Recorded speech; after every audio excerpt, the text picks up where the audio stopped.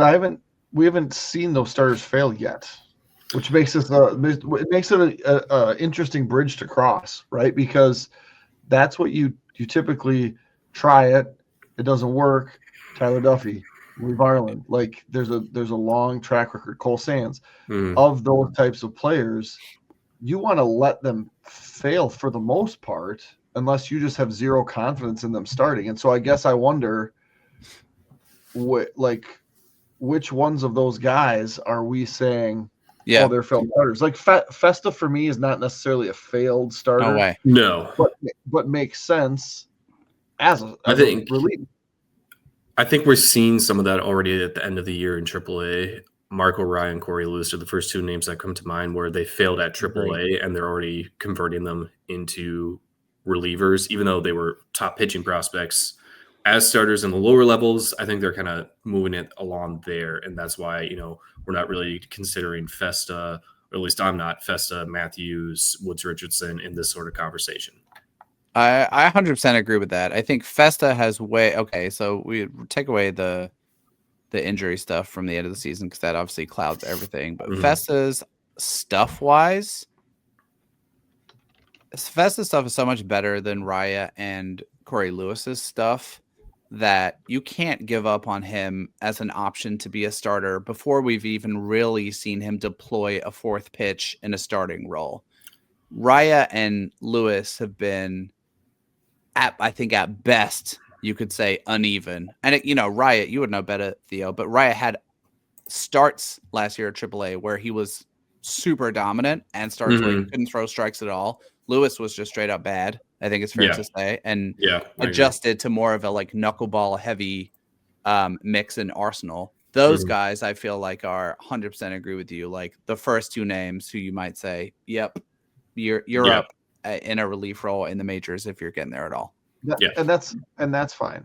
But here's when we look at a numbers perspective. Assuming that Lopez, Ryan, and Ober are back, which maybe is not fair assumptions at all, but today, right?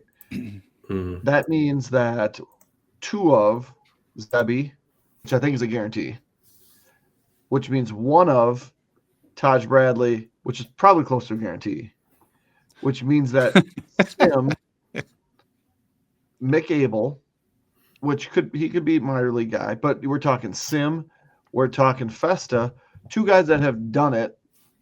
Like, you're just going to make them AAA starters? This is why I don't think there's any possibility a starter isn't getting traded this season. And Sim's definitely not someone who is going to be a AAA starter. I think he is locked in as the number 4 guy right now with how he pitched down the stretch. So who aren't you starting?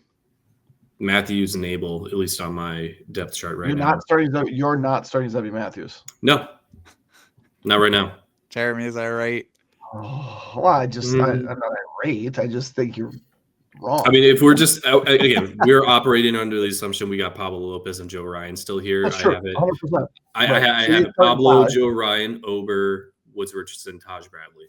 That's how I have it right now.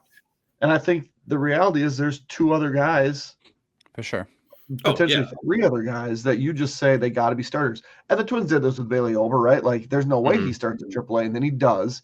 Yeah, but it was because there was older guys, right? The Chris Paddocks of the world that were on the roster. I don't know if that was that.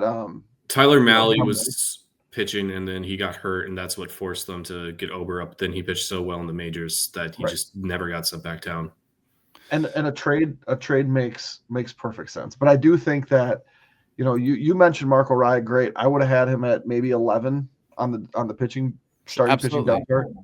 He's not even on there for me anymore. Like Connor Prelip is more than likely going to start, right? But probably isn't a long-term starter.